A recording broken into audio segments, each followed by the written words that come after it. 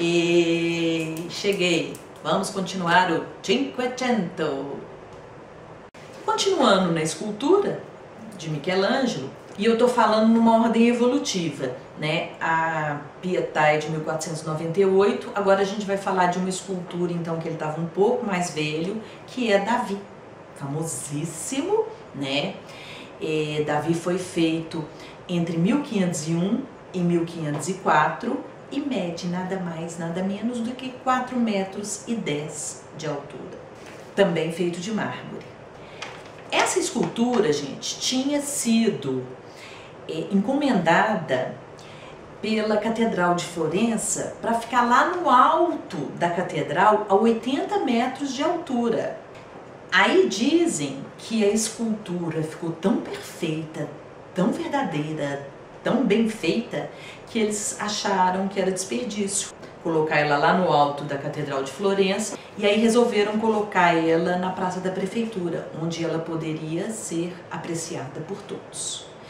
Ela hoje não está lá, porque com o tempo ela foi sofrendo com o tempo, e aí resolveram, já tinha umas partes danificadas, começaram a ficar danificadas, o tronco e mais alguma coisa, e aí eles resolveram guardar ela na Galeria Academia, que é o Museu da Academia de Belas Artes de Florença, e ela tá lá, linda, magnânima, super, hiper, trans, mega visitada também, e tem uma cópia na Praça da Prefeitura para a gente ter uma noção de como que ela ficava, né, na época que ela foi feita, tá? Eu estava lendo que foi uma peleja carregar essa escultura, né, o gigante do Michelangelo. As pessoas falavam que para tirar do estúdio dele, do ateliê dele, e levar para a Praça da Prefeitura, teve que ir não sei quantos homens, uma peleja, porque ela era enorme, ela é enorme. Bom, a gente primeiro pode comparar ela, né, com uma escultura grega. A gente vai ver que ela está dentro do mesmo padrão, né? O contrapeso que o Michelangelo adorava, o contraposto. O Michelangelo tinha também uma preocupação muito grande na verdade expressiva, na vida que ele colocaria. Para ele não era só um bloco de pedra, tanto é que ele falava dos movimentos da mente, que ele tentava alcançar através de gestos e expressões diferentes. Os movimentos da mente seriam uma coisa de alma mesmo, de animar também, né, de expressão. Então, quando a gente vê uma escultura grega e compara com Davi, a gente vai ver que tem essas semelhanças, né, das proporções, do contrapeso, do contraposto. Depois, se a gente compara com o Davi do Donatello, lembram aquele pisando em cima do Golias? A gente já vai ver uma outra diferença. O Donatello optou por colocar o Davi bem jovem, né? Inclusive pelo corpo, pelo cabelo, né? E ele, para colocar essa verdade de Davi que matou um gigante, ele teve, né, para colocar a verdade da força, do poder de Davi, ele teve que colocar o Golias debaixo do pé do Davi, né, para reforçar essa verdade. Já o Michelangelo, ele não coloca nada. Ele simplesmente sugere de uma maneira muito sutil que ele está segurando a funda, né, que é o estilingue que ele matou com a pedra Golias, né, que ele acertou o Golias, então ele segura aqui. E o olhar dele é um olhar fixo, concentrado. Na verdade, as pessoas que retratavam o Davi até então, depois de ter matado Golias, como o Donatello fez com o Golias a seus pés, né? Já o Michelangelo, ele retrata um momento antes, o poder espiritual dele, e ele olhando, confabulando, medindo, pensando no que ele vai fazer antes, né, na estratégia para matar o Golias. Ele queria, na verdade, realizar uma imagem que tivesse tanto poder espiritual como energia física, que ele não precisasse de colocar o símbolo da arma para mostrar a sua força, o seu poder. E é isso que ele faz. Muita gente fala que ele tem a cabeça e a mão direita muito exagerada, em proporções muito grandes. E a explicação melhor que se dá para isso é que como ela foi feita, ela foi pensada para ser colocada a 80 metros. Né? Então ela seria vista de baixo para cima. Então, para dar um efeito de verdade, né, ele pôs esse tamanho maior nas mãos e na cabeça. E aí depois, né, ele não sabia que ia ficar lá embaixo, porque, gente, vamos combinar, né? Às vezes o aluno fala, professora, mas você não acha que é porque ele uma falta de proporção, que ele errou? Ah, me poupe, o homem faz essa perfeição desse olhar, de tudo, e errou numa mão direita e na cabeça? Óbvio que não, né? E foi, na verdade, eu quase que conversei com o Michelangelo, ele me contou que foi por causa disso mesmo, óbvio. Outra coisa, vamos para um assunto mais delicado, mas a gente é adulto. Regularmente, os alunos me perguntam por que as esculturas gregas e também o Davi têm um pênis tão pequeno. Pois é, gente, nós temos uma explicação para isso muito racional. É questão de valores, né, gente? De época, é que eu falo. Hoje usa ser magra, esquelética. No passado usava ser voluptuosa, né, mais cheinha. Então, na Grécia Antiga, o pênis pequeno era sinal de inteligência. As pessoas que tinham pênis grande eram comparadas a animais, uma coisa mais selvagem, sexual, meio ogro, assim, entendeu? Hoje a gente vê o tamanho do pênis, né, os grandes pênis como valiosos, como viris, mas antigamente não. Portanto, os pênis pequenos eram mais valorizados culturalmente do que os pênis grandes. E como no Renascimento os escultores foram fortemente influenciados pela arte grega, né, eles mantiveram essa característica, ok? Uma outra coisa, uma outra questão também, além dessa que eu acabei de explicar, é que as pessoas falam do nu, né? Aliás, né, gente, o nu é um assunto que ainda está pegando fogo em 2017, né? Passaram, assim, séculos e nós ainda estamos com esse problema do nu. Pois é. Então as pessoas perguntam se não tinha problema, por exemplo, ficar em praça pública, né, na praça da prefeitura, um homão de 4,10 metros, ó, nu, peladinho. Se a igreja não achava isso ruim, né, depois vindo de uma idade média, cristianismo, essa coisa cristã, do pecado, de esconder o corpo. Então, é uma questão que eu acho que o Michelangelo vai responder muito bem com essa frase que ele fala. E quem é tão bárbaro como para não entender que o pé de um homem é mais nobre do que o seu sapato, e sua pele mais nobre do que a roupa que o veste, né? Então, é esse valor grego que é mantido da caixinha. O corpo guarda a alma, guarda o espírito, né? Então, essa nobreza do corpo. E ali ele não é um ser real, né? Ele é uma alegoria. Então, não tem problema. Não é o Roberto, não é o Paulo, não é o André. É o Davi, uma figura alegórica, né? É um mito. Então, até então, beleza.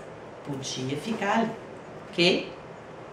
Bem, agora nós temos uma questão super importante, momento caras total da história da arte, que é a relação do Michelangelo com o Papa Júlio II, que foi o primeiro Papa que o contratou. Depois do Júlio II vieram mais 6, que eu falei que ele foi, né, que ele trabalhou para 7 papas. Então eu quero falar com vocês que o Júlio II era completamente um admirador do Michelangelo, ao ponto de falar que, se necessário fosse, ele doaria seu sangue ou anos de sua vida para prolongar a vida de Michelangelo. Então, o Papa Júlio II chegou um dia para o Michelangelo e falou: aqui, eu queria... O Papa Júlio II era megalomaníaco. Megalomania é mania de grandeza, gostava de tudo muito, tudo mega. E aí ele falou com o Michelangelo: Michelangelo, eu queria que você projetasse para mim um túmulo para eu ser enterrado, né? Ele vai ser colocado na Basílica de São Pedro, lá no Vaticano. Aí o Michelangelo adorava escultura, né? Falou: ah, tá ótimo, vou fazer. E aí desenhou, projetou um túmulo que seria rodeado por 40 estátuas. Uma coisa bem mega, do jeito que o Júlio II gostava. Mostrou para o Júlio II, falou: não, era exatamente isso que eu queria. Ótimo. Ele falou: então eu vou para Carrara, uma cidade da Itália cheia de mármore, o famoso mármore de Carrara, e foi para Carrara escolher ele mesmo, Michelangelo, as pedras para fazer o tal do túmulo. Ficou 8 meses escolhendo as pedras. Nesse meio tempo que ele estava lá, isso tudo que eu vou contar, gente, é bem resumido, tá? Mas é para vocês entenderem o que rolou. O Júlio II resolveu, na verdade, ele viu que a igreja estava passando por um processo que nós ainda vamos discutir, complicado, né? Estava sendo muito questionado. Daqui a pouco vai ter a reforma protestante, onde, né, os dogmas da igreja vão ser questionados. E aí o Papa Júlio II achou por bem demolir a antiga São Pedro e fazer uma nova, para significar, né, que a igreja estava bem, o poder, para reforçar o poder da igreja. E chamou Bramante, um arquiteto, para projetar essa nova Basílica de São Pedro. Bem, detalhe, Bramante fez então o projeto, e era também um projeto super mega. No projeto inicial de Bramante, a Basílica de São Pedro ela seria uma cruz grega. Cada braço da cruz, cada lado, né, cada pedaço da cruz teria o tamanho de uma igreja, já uma igreja grande, como uma igreja já como a de São Lourenço, em Florença. Então ela seria enorme. Óbvio que o Júlio II adorou. Outro detalhe, Bramante, arqui-inimigo de Michelangelo. Quando Michelangelo voltou todo feliz com suas pedras de Carrara, o Júlio II falou: olha, eu sinto muito, mas eu vou ter que usar as suas pedras, o mármore que você trouxe, para reconstrução da Basílica de São Pedro, porque nós vamos fazer uma nova. Quem fez a planta quem fez o projeto foi o Bramante. Gente, o Michelangelo ficou com ódio disso e ficou de bico e foi embora para Florença. Não gostou, falou: não quero saber. E aí, obviamente, né, o Papa mexeu os pauzinhos dele, e fez com que Michelangelo voltasse. Dizem que Michelangelo se apresentou com uma corda no pescoço em sinal de sua submissão ao Papa. E o Papa falou: não, agora a gente vai ter que construir a Basílica de São Pedro, então não tem nem sentido você continuar meu túmulo, porque ele ia ficar lá, então não vai ter nem lugar para pôr, né? Então vamos fazer o seguinte: vai pintar a Capela Sistina e me dá sossego. Capela Sistina é a capela dentro do Vaticano, né? É a capela dos papas, né? É a capela do Vaticano. E ela chamava Capela Sistina porque o Papa Sisto IV era tio do Júlio II. Então, era uma homenagem a um Papa. Ele tinha sido Papa em 1400 e pouco. E aí, em homenagem a ele, Sisto IV, colocaram a capela, o nome da capela, Sistina, tio de Júlio II. E ela tinha um teto azul com estrelas douradas. Era só isso, azul com estrelinhas. E aí o Papa falou, vai lá pintar. Nesse momento, gente, eu tenho para receitar para vocês um filme, é um filme antigo, bem antigo, mas fabuloso, que conta essa história que eu estou contando aqui, com louvor, muito bem contada, que é Agonia e Êxtase, tá? Se vocês puderem assistir. E aí conta, o filme passa isso muito bem, a peleja que foi pro Michelangelo criar esse teto, que tema que ele usar. Ele pensou em pintar a Santa Ceia, ele pensou como é que ele ia poder pintar Deus, né? Esse conflito desse homem moderno, né, do Renascimento, com essa questão espiritual, com essa questão da fé, com essa questão da religião. Como que ele pensava, gente, como é que eu posso pintar Deus? Né, que ele queria fazer a criação do mundo. É muito louco isso, deve ter sido muito louco para ele. Bom, mas o fato é que ele pintou. E ele pintou o teto da Capela Sistina de 1508 a 1512. Já vou mostrar ele. Bom, e quando ele volta, acabei de fazer esse negócio, graças a Deus.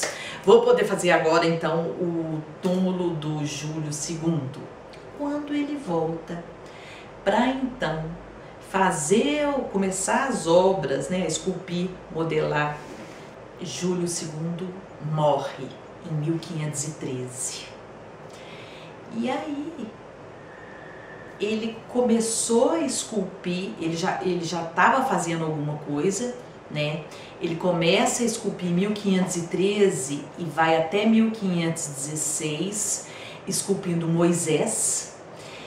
Porém, todavia, contudo, como o Papa tinha morrido, entrou outro Papa, falou com o Michelangelo, ele foi empregado desse, né, na verdade, trabalhou para esse outro Papa que entrou, se não me engano foi Leão X. E aí esse novo Papa falou com ele que a igreja não estava com dinheiro para fazer isso, que não tinha sentido. Hoje ele está na igreja San Pietro in Vincoli, São Pedro Acorrentado, em Roma. Michelangelo revirando no túmulo lá, né, com ódio. Michelangelo, dizem, tinha um temperamento muito intempestuoso, sabe? Não era fácil de lidar, não.